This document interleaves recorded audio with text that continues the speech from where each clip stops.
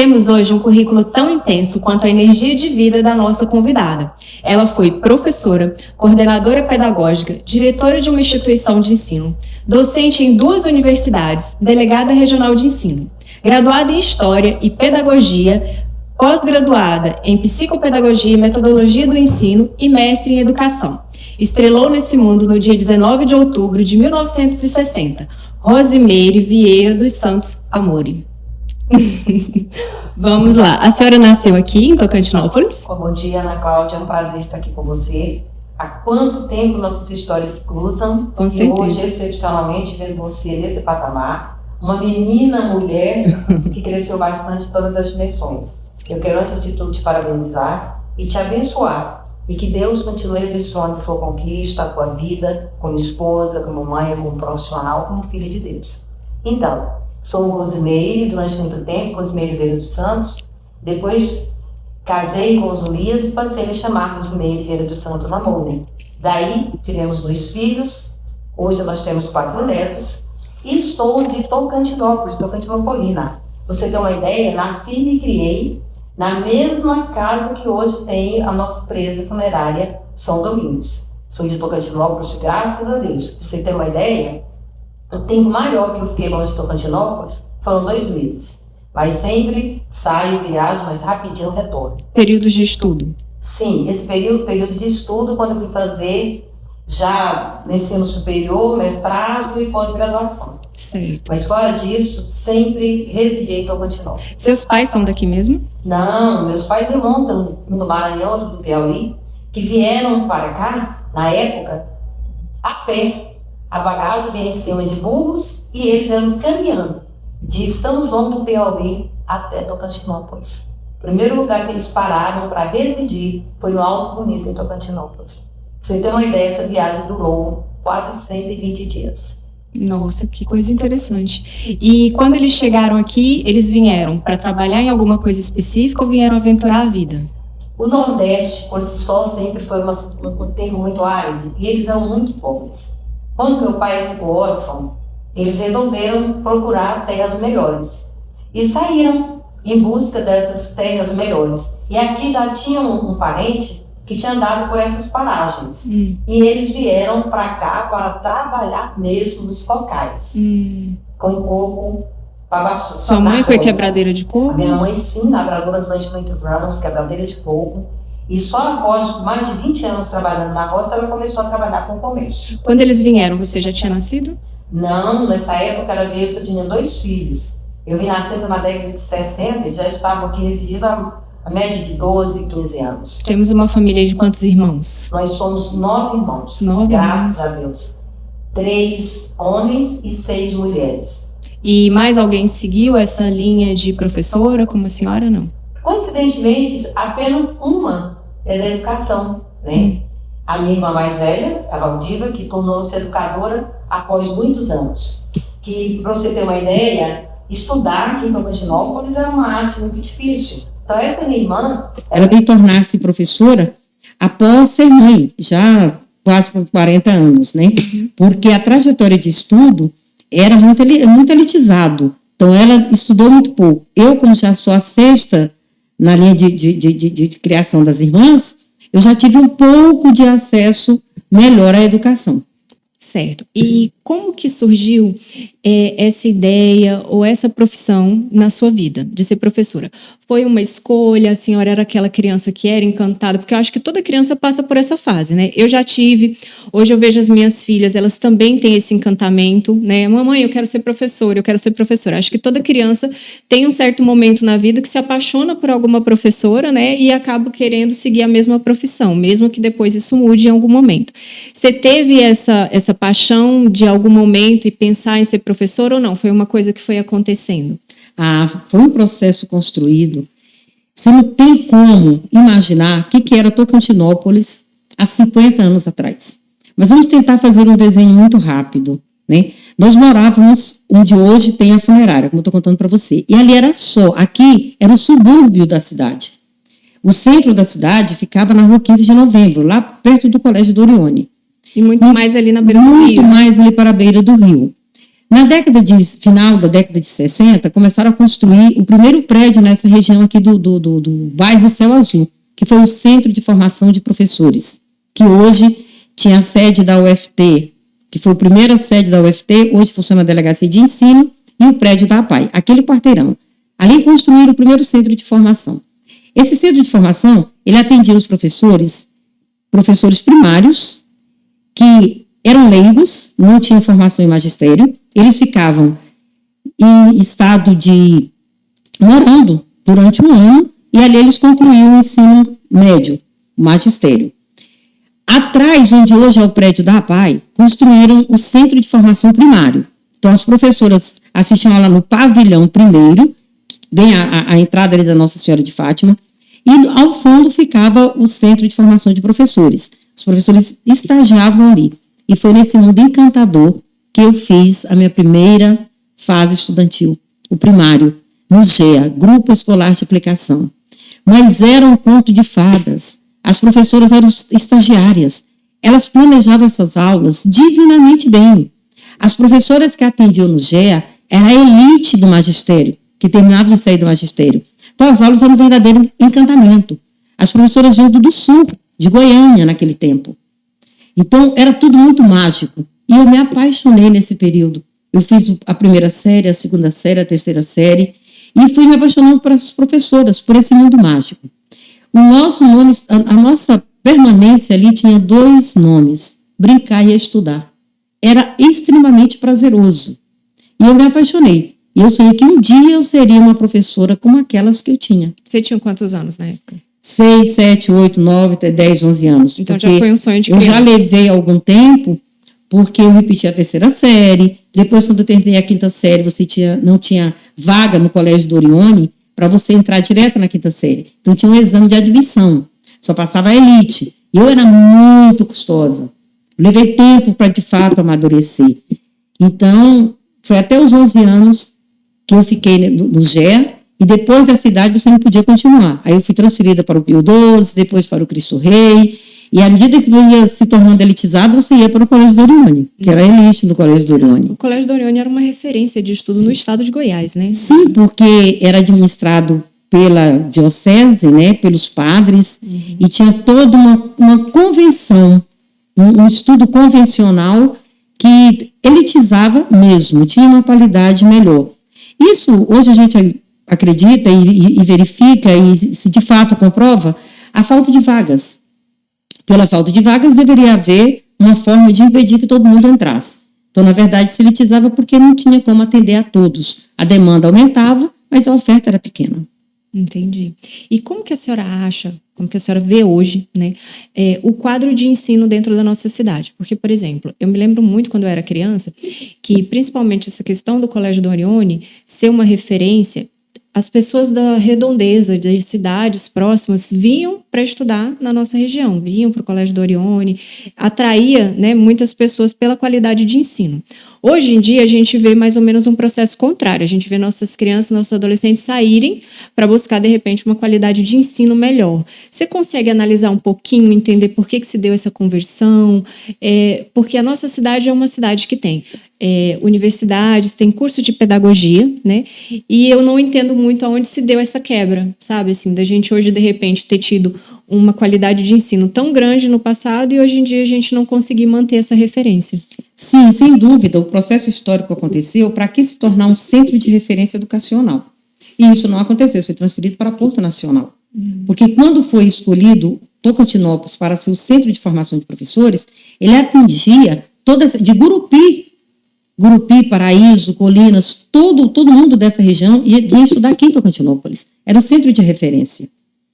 Então, tinha o Colégio do Orione, com ensino médio, tinha o centro de formação, um curso profissionalizante de excelente qualidade, e no decorrer dos anos, esse centro educacional foi transferido para Porto Nacional, pela distância, uma das necessidades, e Tocantinópolis ficou referência educacional apenas para os 25 municípios do Bico do Papagaio. O estado começou a se dividir. E, de fato, com a divisão do estado do Tocantins, nós ficamos com a oferta educacional para esses 25 municípios e o centro-norte do estado ficou para Porto Nacional, depois para Araguaína, Porque, para você ter uma ideia, quando eu terminei o ensino médio, estudo em contabilidade, a nossa carência de professor era tão grande que eu terminei num ano, no outro ano eu já era professora no ensino médio. Olha só, terminei contabilidade, fui ministrar aula no curso de contabilidade no primeiro ano. Porque quem se tornava professor é quem tinha destaque na sala de aula, não tinha formação. 3 anos depois, apareceu um curso de magistério no Estreito, porque o curso do centro de formação não tinha capacidade para atender a demanda, porque ele tinha que atender a demanda dos professores dos outros 25 municípios. Então, não atendia todo mundo. E nós tínhamos poucas turmas ali. Então, eu fiz o curso de magistério EAD praticamente naquele tempo, em Aguiarnópolis, no Estreito, na verdade, no Maranhão. Mas aqui tinha o curso de magistério, não tinha? Tinha um curso só no centro de formação, mas só oferecia uma turma para atender os professores dos 25 municípios do Bico do Papagaio. Entendi. Então, ou seja, a oferta era muito pequena para atender a demanda. Era, sem dúvida nenhuma, o capitalismo dentro do sistema educacional. A oferta era muito pouca e a procura era muito grande. Então, só entravam pessoas que tinham uma série de exigências que eram dadas. Então, só então eu fiz o magistério.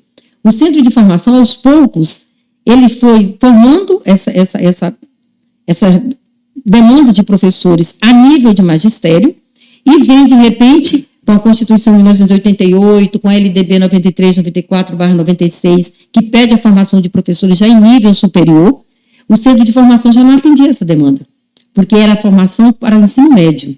Por isso, ele, ao invés dos governantes terem reaproveitado toda essa estrutura e transformado em centro de formação superior, acharam por bem descartar e investir em uma nova rede de ensino. Até essa rede de ensino se formar na Unitins, nós ficamos por aí com uns 10 anos sem nenhuma formação para professores. Deu um lapso bem grande. Muito grande. Então, essa lacuna nos deixou de mãos atadas. Nossos professores tinham apenas o ensino médio. Formava esse ano, no outro ano já estava na sala de aula. A demanda vai aumentando, a procura vai aumentando e os espertos começaram a correr. Eu fiz a minha primeira graduação em História, para você ter uma ideia, em Araguaína. Eu trabalhava no centro de formação com professores o dia inteiro. No final do dia, às 17 horas, a gente pegava um táxi. Eu lembro, esse táxi era o Breu, ele era motorista desse táxi. Eu e mais 5 professoras, inclusive a dona Justiniana. Eu lembro da minha tia no período. Da sua tia, ela foi também. Uma outra tia sua, Edileuza. Uhum. A Edmei e eu. A gente ia todo dia para Araguaína. Olha a distância, gente. Araguaína hoje é 150 quilômetros de asfalto. É um pulo. Mas naquele tempo a gente não tinha 1 metro de asfalto. Era bem mais difícil. A gente saía 5 horas, chegava lá 7h30 da noite. Meia-noite e meia, 1 hora, a gente saía e vinha embora. Chegava aqui 2h30 da manhã. No outro dia cedo a gente estava trabalhando. Assim eu fiz a minha primeira graduação. E você já era casada, já tinha filhos? Eu sempre brinco, né? Eu durante muito tempo trabalhei com consultoria, que nós, seres humanos, somos muito, muito, muito ardilosos e expert em dificultar a vida. Nesse período, eu trabalhando o dia inteiro, estudando à noite, ainda ministrava aula no colégio Darcy Marinho, que estava recém-aberto, faltava professor. Então, 2 dias de lacuna que eu não ia para Araguaína, eu dava aula em Darcy Marinho. Eu achei pouco, eu casei, eu engravidei e passei o ano inteiro nessa luta, grávida. Eu cheguei na sexta-feira à noite da faculdade. Segunda-feira cedo eu estava na sala de aula quando eu dei a dor de parir, quando eu pari. Só para facilitar um pouquinho. Para facilitar a vida. Aí estava bom? Não. 2 meses depois eu engravidei de novo. As minhas amigas se transferiram para Araguaína e eu não podia ir. Como é que eu ia para Araguaína? Com 2 filhos pequenos, marido e meus pais e tudo mais. Transferi o curso para Imperatriz. Aí eu já trabalhava o dia inteiro e passei a cursar o curso de História em Imperatriz. O acesso era mais fácil? Com certeza não. Aí eu trabalhava no colégio. Nessa época, o Centro de Formação fechou. Trabalhava no Colégio do Orione, foi quando você foi minha aluna. E aí o que eu fazia? A gente, para ganhar... Preciso abrir um parêntese. Uma das melhores professoras que eu já tive, gente, tenho que falar, tenho que dar meu depoimento. O que eu aprendi com essa mulher de português, era minha professora de português, não está escrito. E a gente tem que valorizar um bom professor, porque realmente foi um diferencial na minha educação. E olha onde que eu entro, na minha área de consultora pedagógica, quando eu digo a importância do professor para o aluno, que nós somos espelhos. Eu sou espelho de professoras que eu tive no grupo de escolar de aplicação, no GEA. Meus professores eram extremamente de conduta ilibada. E eu me espelhei nelas. Então, assim eu fiz. Para estudar Imperatriz, o que eu fazia?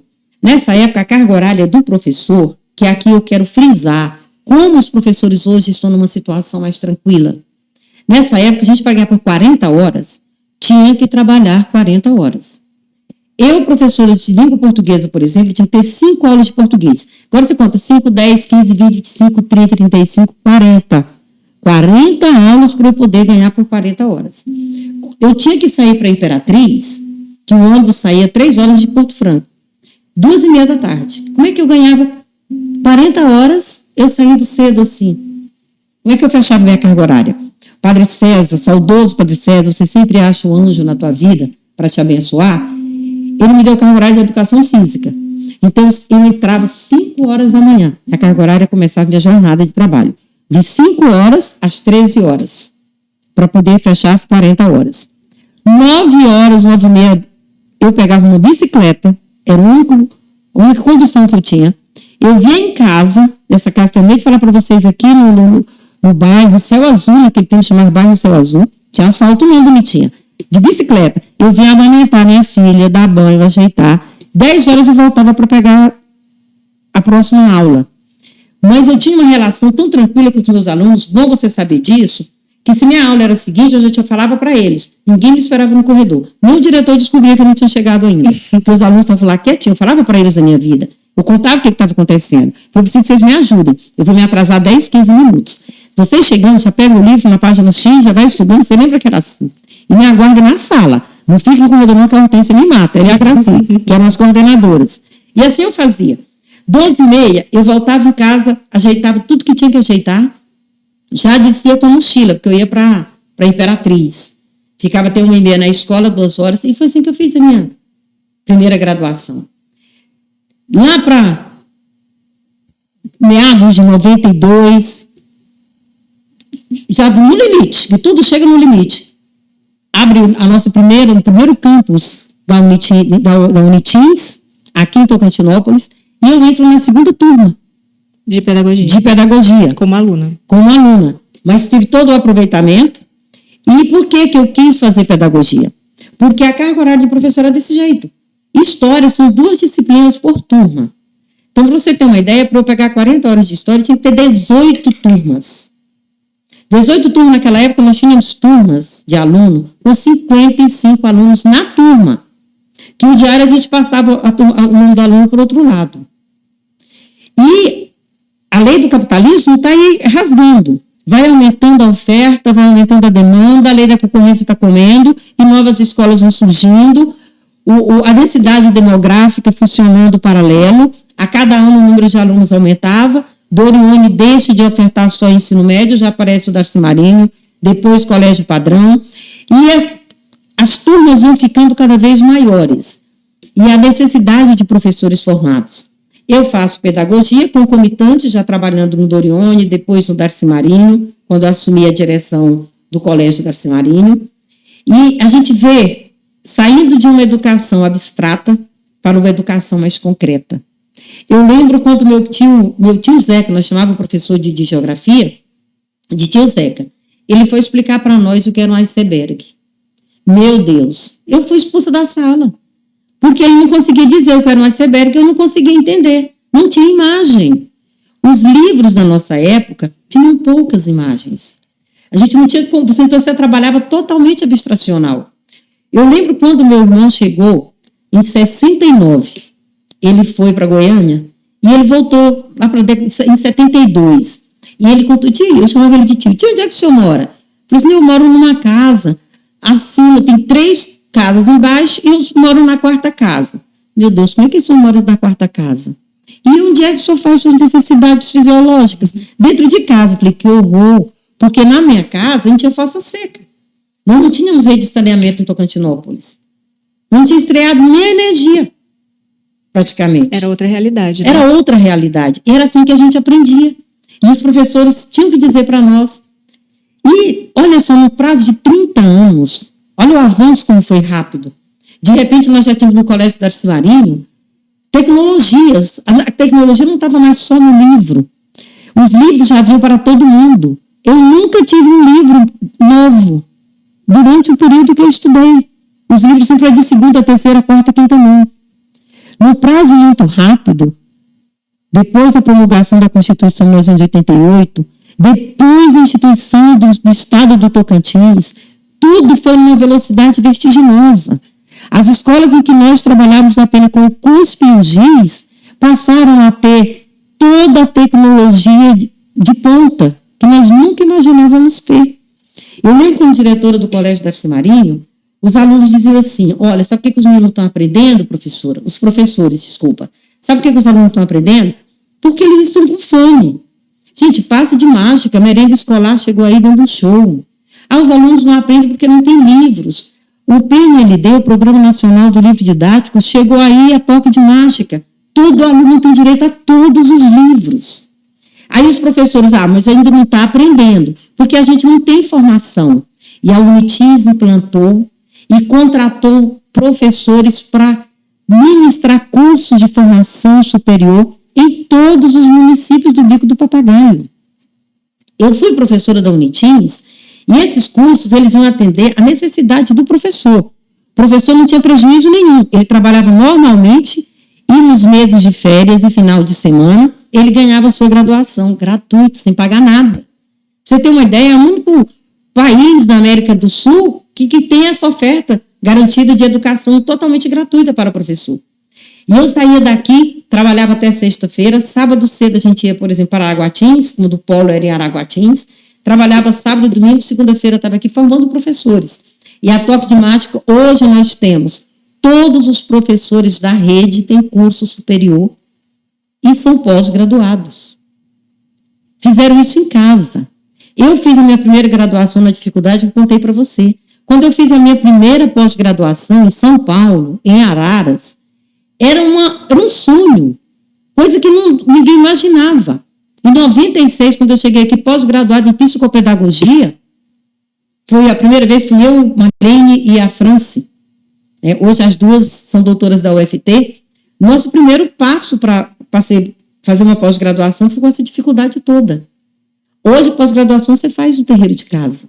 É muito mais fácil. Então, eu particularmente falo que estou vivendo a melhor época da minha vida. Eu não poderia ter nascido de outra década. Eu não poderia ter sido de outra geração. Porque eu consegui sair do século XX para o século XXI em um avanço e uma velocidade vertiginosa.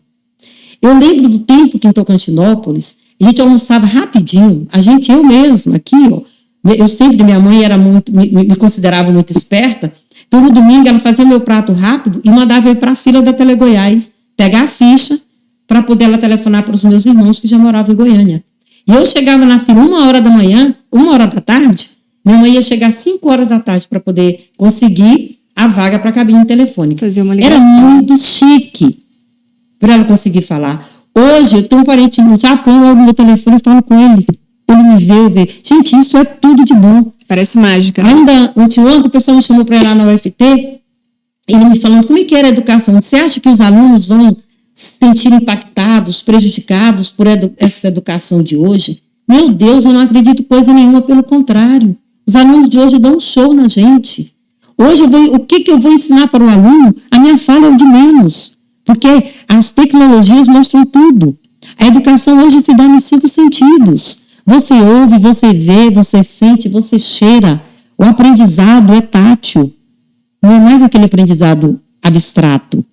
Então, nós estamos vivendo o melhor tempo da nossa história. Eu falo isso no âmbito educacional, não espiritual. Eu acho que hoje a gente tem até uma situação de ter uma quantidade de informações tão grande que às vezes a gente nem consegue absorver. Às vezes a senhora tem essa impressão também. Pelo menos eu fiquei um pouco assim em relação à internet, sabe? Principalmente no período da pandemia. Eu, por exemplo, comprei 1000 cursos que até hoje eu estou tentando atualizar, né, tudo que eu adquiri naquele momento ali, porque você tem um acesso à informação muito grande. É bem diferente, como a senhora fala, daquele outro período, que até os livros eram difíceis, né? O acesso à informação era uma coisa mais elitizada. Quem tinha dinheiro, né, para comprar livro? Quem tinha acesso aos cursos? E quem tinha disposição, né, para passar por todas as dificuldades que a senhora passou. E a própria oferta. Às vezes você tinha o dinheiro para comprar o livro, mas não tinha um livro, porque as gráficas eram poucas. Exatamente. Sem dúvida nenhuma. E hoje, qual é a nossa... Como eu falo sempre, a cada situação, uma dificuldade. Então, hoje as facilidades são enormes. Mas é por isso que vai deixar de ser difícil? Não, é como cristão. Ah, mas você é cristão, você não vai sofrer. Pelo contrário, você é cristão, você vai sofrer muito mais. A diferença é que você vai sofrer com muito mais tranquilidade, com muito mais força, com muito mais serenidade, porque você tem o poder de Deus. Então, hoje, nós temos as dificuldades na educação? Temos. O que eu vou fazer com esse amontoado de informações? Eu vou desenvolver um talento fundamental, que é priorizar. O que é importante para mim? Eu vou viver o momento hoje. Eu não preciso me acabar ter o conhecimento de tudo. Hoje, mais do que nunca, a importância da coletividade, a importância da convivência humana, a importância do outro na minha vida. Porque eu sozinha não sou ninguém.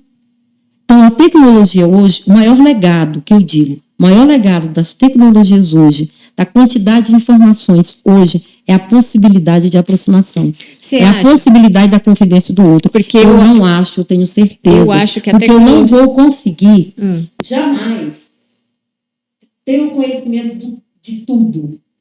E eu preciso do tudo. Eu preciso do todo. E o outro vai me complementar. Mas eu acho que aí agora a gente tem duas vertentes.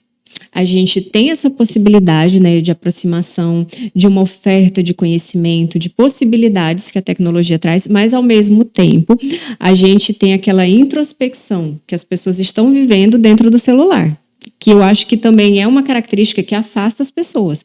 Hoje você chega numa casa, o filho tá no quarto com o celular, a mãe tá na cozinha com o celular, o pai tá na sala e todo mundo tá vivendo. Às vezes é mais fácil você falar com a pessoa pelo celular do que pessoalmente você estando no mesmo ambiente que ela, entendeu? Então acho que aí a gente tem duas vertentes. Como que a senhora vê isso? Em toda situação há um paradoxo. E essa, sobretudo, é paradoxal.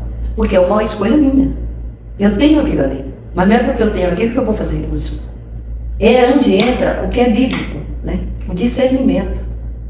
Os arbítrios. Você tem arbítrio para fazer o que você quer. O que você quer optar?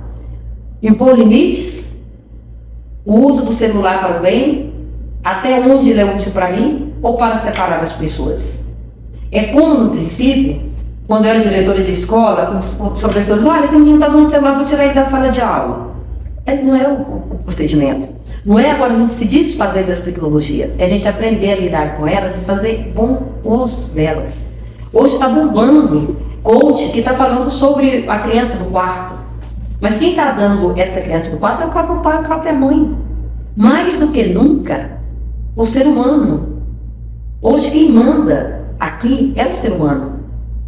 E esse ser humano ele precisa ter muita espiritualidade, muita sabedoria, muito discernimento para fazer bom uso das coisas boas que nós temos aí, porque elas vão se transformar em coisas ruins.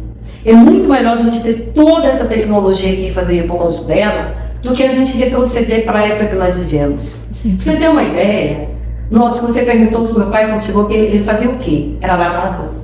E o nosso primeiro passo para nos tornar comerciantes era vendendo água. Nós vendíamos água. O jumentinho que meu pai trouxe de lá, o jumentinho e uma jumentina, foram dando outras crias. E um jumento ele tirou, comprou as ancoretas, você não vai saber nem o que é isso. Ancoretas são barris, 2 barris, e nós botávamos no jumento e íamos buscar água. Então a gente levantava muito cedo para a água ser limpinha, para vender para as pessoas. Porque a gente já era rico, nós já tínhamos essa tecnologia. A gente já tinha um jumento e as ancoretas para buscar água. E tinha gente que não tinha. E não tinha como você buscar água no ribeirão na cabeça e trazer. Então nós começamos a ganhar dinheiro, comerciante. Meu pai e minha mãe aposentaram como comerciantes. E o primeiro comércio era vendendo água. Então nós vamos retornar a isso, sendo que hoje eu tenho água de boa qualidade na minha cozinha, em todos os lugares da minha casa. Naquele tempo eu ficava dias e dias da fila. Pra você ter uma ideia, minha mãe, quando a irmã dela morreu, ela passou 3 meses para descobrir, porque a carta até chegar aqui. Uma carta. Hoje, eu tenho uma irmã em Florianópolis, em tempo real a gente está próxima. Então nós vamos abrir mão disso, dessa maravilha, porque eu não quero me impor, não quero ter autoridade com meu filho, de colocar ele para ter limites para usar o celular. Para não me dispor com meu filho, vou deixar ele ficar com o celular o dia inteiro. Hoje as pessoas falam assim, é horrível, as crianças de hoje são cansadas. Não, de hoje, horrível, são os pais cansados que não dão atenção para os seus filhos. Tem pai que não senta, não deita para contar uma história para o seu filho. É melhor ele ficar ali no celular e dar sossego do que para eu ficar aqui. Há um preço para tudo. Então nós precisamos saber e pagar bem o preço pelos bens que nós temos hoje. Eu sou uma pessoa que pouco olho para trás. Eu não gosto de falar da saudade. Eu detesto a música de dizer, eu bem que eu deveria ter. É porque eu não vivo, eu não gosto. Porque você tem que viver o hoje. É esse momento. Mas uma coisa que volta meio eu sinto que eu poderia ter, que minha mãe pudesse ter vivido esse tempo. Que ela pudesse ter tido a oportunidade de abrir o celular, ver o pai dela e conversar. Ela passou 37 anos sem ver o pai morrer, ela não viu. Hoje eu não posso, gente, hoje está toda hora a vivo, eu não posso abrir mão dessa beleza. Isso é uma bênção que Deus nos deu com aprovação. É livre-arbítrio. Deus deu, tá aí, filha. Esse é o Éden. Esse é o paraíso que Deus nos deu. Bom, então assim, eu acho a senhora uma pessoa de uma energia muito grande, né? E a fé é uma característica expressiva na sua personalidade. A senhora acha que isso se reflete pela criação, pelos pais? Eu me lembro da sua mãe nas novenas de Nossa Senhora do Perpétuo Socorro, né? A sua família é uma família muito católica. A senhora acha que vem de uma criação, de uma cultura de família, vem das experiências de vida? Como que a senhora acha que conseguiu construir essa identidade? Acho que forte, é uma identidade pautada na fé? Mas sem dúvida nenhuma, os pais são o pilar. São o pilar, são a base. Eu diria até, você sabe que eu sou muito energética, eu fico enfurecida com pais que não têm autoridade com filhos. Me desculpe dizer, mas eu não aceito lamúrias, lamentações, porque a pessoa tem exatamente o que ela quer, o que ela conquista. É seu, abrace. Seja filho, seja mãe, seja nora, seja sogra, o outro é moldado pela tua relação. Nós somos as 5 pessoas, nós somos o reflexo das 5 pessoas mais próximas da gente. Então eu sou o reflexo da minha mãe, do meu pai, dos meus irmãos. Você tem uma ideia? Na nossa época, castigo era batido mesmo, não tinha essa história de cocô não. Minha mãe não estudou para isso. Então a educação dela era assim, ela dizia, eu sei que muito santo para me dar, não vai igual isso aqui, nenhum. Eu chegava na escola, bem descabelada, tinha aprontado todas, ela não apanhou. Aí falou, eu briguei, não sei o quê. E quem apanhou? Digo eu, você vai apanhar de novo. Não é para brigar, mas se brigar tem que vencer. Então foi assim que eu fui criada. Não é para brigar, mas se brigar, vence, bata, porque a pessoa vai apanhar também. Então, hoje toda coisa é bullying. Não, o bullying começar lá em casa. Então, o bullying que começar em casa, que é para a pessoa estender para fora. Eu vejo, às vezes, a criança chega na escola com o cabelo desse jeito, né, despenteado. Gente, 38 anos de escola, em todas as funções. Chegava a menina, chegou na sala, que ela me chamou de assanhada. Eu falei assim, tu tá penteada?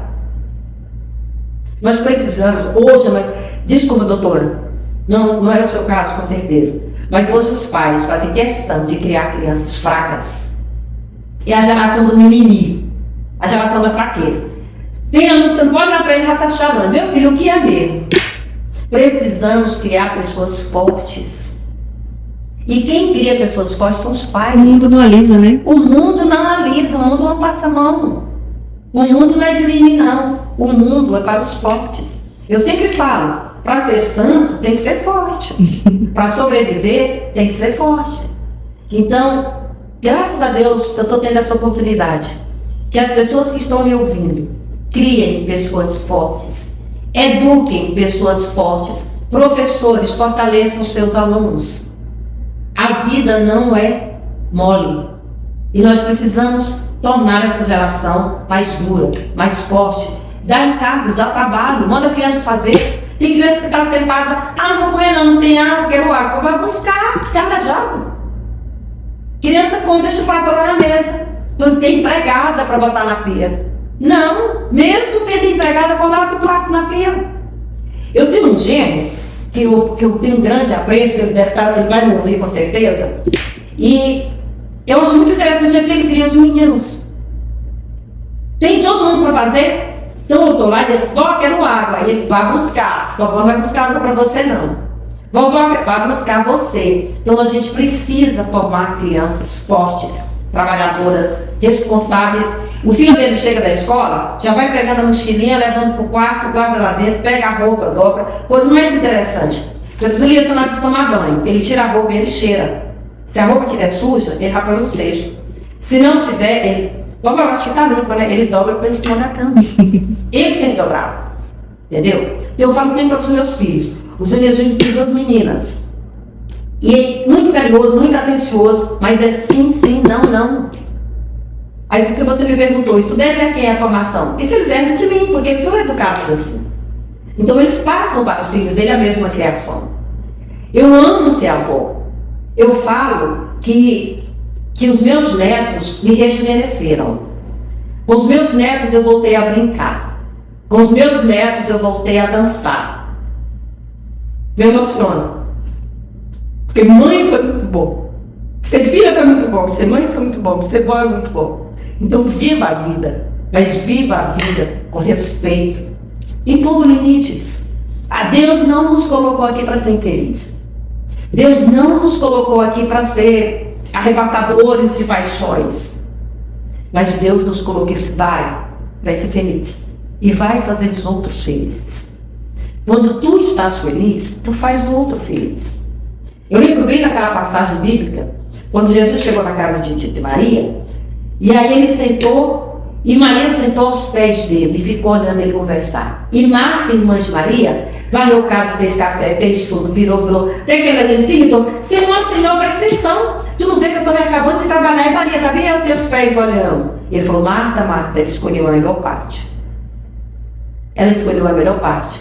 Então a nossa melhor parte é esse momento de refletir, de pensar, de acalmar. Acalma o teu coração e vai. Tudo está na hora de parar. Se está tudo falando muito rápido, está na hora de parar. Discernimento. Refletir. Então, eu herdei isso do meu pai e da minha mãe. Meu pai trabalhava na roça o dia inteiro. Nós trabalhávamos também. Você tem uma ideia? Acho que a gente passaria até o dia inteiro. Mas só para fechar a pergunta que você fez. Eu ia para a roça sempre com meu pai e todo mundo tinha uma atribuição. Então, tinha que buscar no coco, fazer aquela roda de coco. Aí a gente contratava as quebradeiras de coco. Meu pai, gente, eu fico, como é que pode? O cara querer, ele inventou coach. Ele inventou o coach.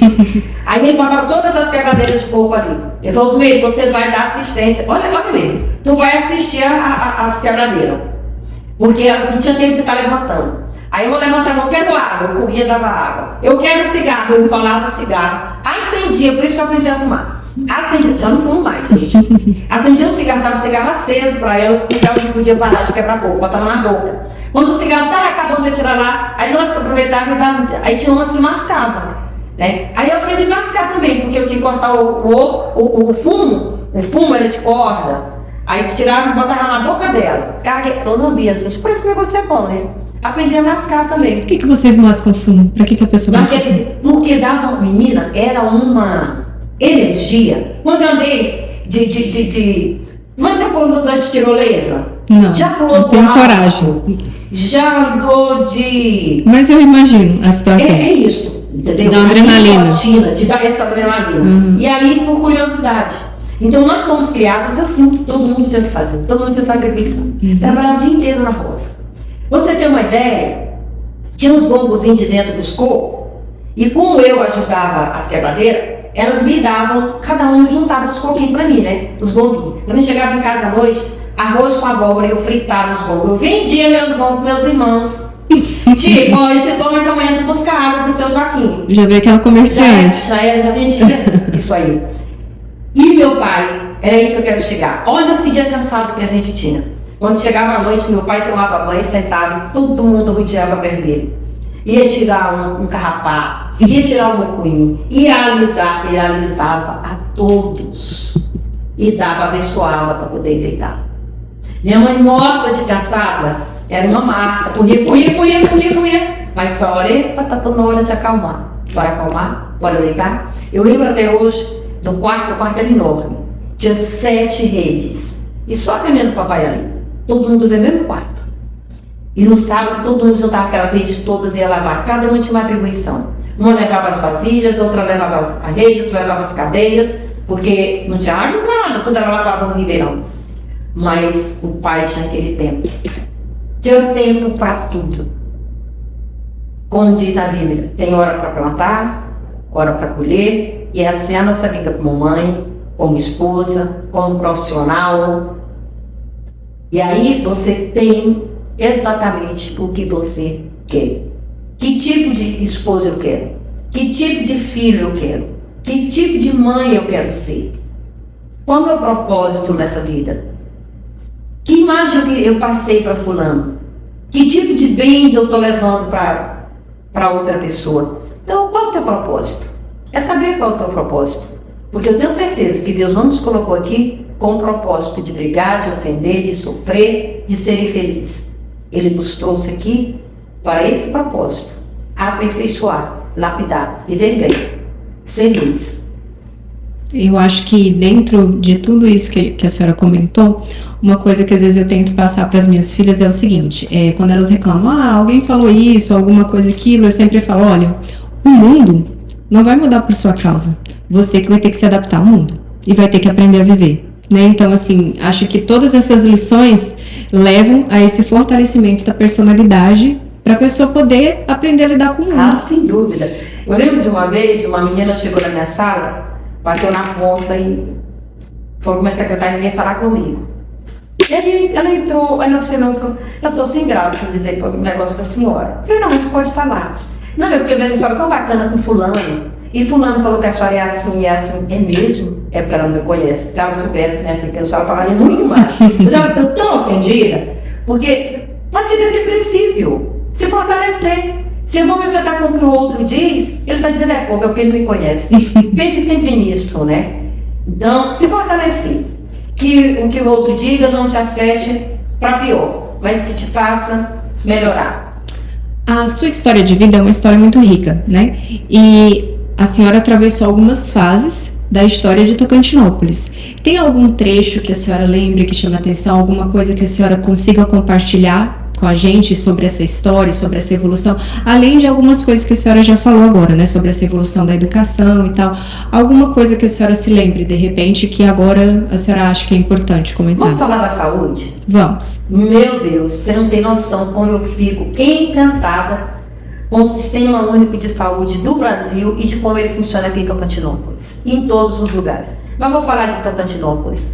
Nós tínhamos aqui o Hospital Municipal José Saboia, que hoje é o Hospital Municipal José Saboia, ali é no SESC. O atendimento, hoje se reclamar, é porque não conheceu aquele tempo. Então vamos colocar 40 anos atrás, hoje eu estou com 63 anos, 50 anos, 55 anos atrás, a dificuldade que era para você conseguir um exame, uma consulta, uma cirurgia, o que quer que fosse.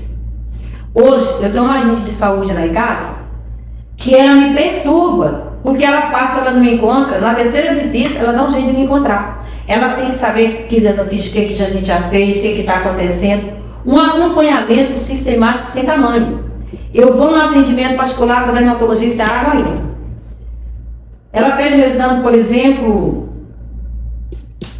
sei lá, seja o que for. Eu vou bem ali na Secretaria de Saúde, se eu não quero fazer pelo plano, se eu quero fazer pelo SUS, dou o número do meu cartão do SUS, a mulher localiza, faz as coisas, sem menos espera, chama, tem um carro para levar, tem que fazer aquilo. Gente, esse é o mesmo Tocantinópolis, que a mãe estaria em casa a noite inteira e não era assistida. Hoje nós somos assistidos em todos os tamanhos. Eu vejo uma pessoa em todas as dimensões, em todas as especialidades. Tem um carro que busca, que leva, que traz, agente de saúde que ajuda, que... Então, eu não faço uso, mas eu vejo quem faz uso. A saúde, a educação, a questão do saneamento, mesmo todo esse problema que nós estamos vivendo, eu falo de qualidade de vida hoje. No decorrer destes anos todos, eu morando aqui em Tocantinópolis. até a causa indígena, que é causa de muito sofrimento. Nós somos criados dentro das aldeias numa situação de subsistência. A gente precisa, doutor, eu acho, eu defendo, eu acredito, a gente precisa valorizar as coisas boas. A gente precisa olhar para o que é bom, para o que avançou. Por quê? Dificuldades, problemas, eles sempre irão existir.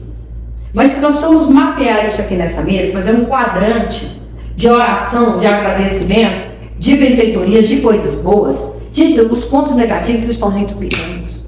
Os avanços foram muito maiores. Muito maiores. Eu estudei com toda essa dificuldade. Meus filhos já estudaram numa dificuldade muito menor. Meus netos vão estudar numa dificuldade muito menor. Como você falou, a gente ainda tem alunos migrando para outros lugares. Mas hoje nós temos o campo da UFNT, ofertando 4 cursos. Numa cidade desse tamanho, nós temos um curso de História, um curso de Pedagogia, de Direito, Educação do Campo e Pedagogia. É um campus federal. Então, o que nos falta? A gente tem que agradecer. Precisamos de mais coisas? Sim. Mas antes de partir para o ataque, vamos agradecer. Acho que gratidão faz parte do cotidiano do ser humano. A gratidão agrada a Deus e aos outros. Então, se crescemos pouco, mas crescemos o suficiente para ter qualidade de vida hoje. Eu muito me orgulho de quanto que eu vivi e não me arrependo de nunca ter saído. Porque queremos coisas melhores, sem dúvida, mas as nossas conquistas são bem maiores do que as nossas dificuldades. Mas eu sou uma pessoa otimista por natureza, porque eu penso assim, a águia, ela desenvolveu um olhar de uma perspicácia para o bem, para o bonito, para o belo, tão grande, que ela pode passar aqui, ver um monte de sujeira, ela não enxerga.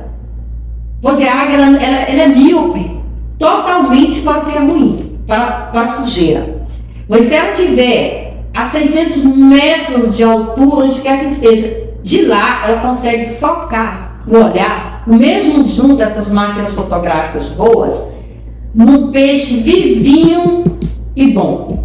De lá ela consegue ver. Pode ter outros, ela não consegue ver o que está fora. Já o urubu, ele já vê o contrário, ele não consegue ver uma carne fresquinha. Você pode pegar um filé mignon para estar bem ali. Um monte de urubu, eles passam também aí. Mas quando ele apodrecer, eles vão brigar, vão rasgar por aquilo. Eu sempre digo, nós precisamos trabalhar conosco esse nosso olhar. Que olhar que eu quero ter? De urubu ou de águia? Porque se for um olhar, eu tenho que aprimorar, aperfeiçoar o meu olhar de águia. Eu quero ver o melhor. Ah, mas isso é ser poliana. Pode ser que me influenciou muito mesmo o livro de Poliana. Pode ser, mas eu tenho muito de Poliana. Eu prefiro ver sempre o lado melhor, o lado bom das coisas. Porque se eu estiver fortalecida por esse lado bom, eu consigo melhorar o que não está bom. Sabe uma coisa que eu estou achando interessante nessa nossa conversa? É o quanto eu percebo vários aspectos que foram expostos, que a senhora colocou, que eu identifico. E aí fiquei até aqui pensando, gente, até onde? Tudo isso era uma característica minha, ou talvez eu tenha sido influenciada pela minha conversa com a senhora, ou com pessoas que tenham essa mesma, né, positividade, ou essa mesma forma de encarar a realidade que a gente vive hoje, né? Porque, querendo ou não, os bons mestres, aqueles que a gente admira, influenciam a nossa personalidade, né? Não tem como. E eu me identifico muito com vários pontos que a senhora falou, né? Até a senhora falando da Poliana e dessa forma de aprender a lidar com o mundo. Eu falei, gente, será que eu fui tão influenciada assim pela professora Rosemary? Que legal. Bom, então agora, jogando um olhar, né, crítico sobre a vida. Tem algum arrependimento que doa, que joga assim lá? Eu já falei para você que uma vez eu estava numa formatura, era madrinha de formatura de um curso, e a menina entrou e ela cantou aquela música, a música dela, não sei se hoje ainda fazem isso, né, mas lá na faculdade costumavam fazer. Eu deveria ter amado mais. Gente, eu não aguento isso. Então hoje eu estou com 63 anos e eu olho para trás e não tenho absolutamente nada que eu diga, eu deveria ter feito assim. Eu acho que eu fiz exatamente o que tinha que ser feito.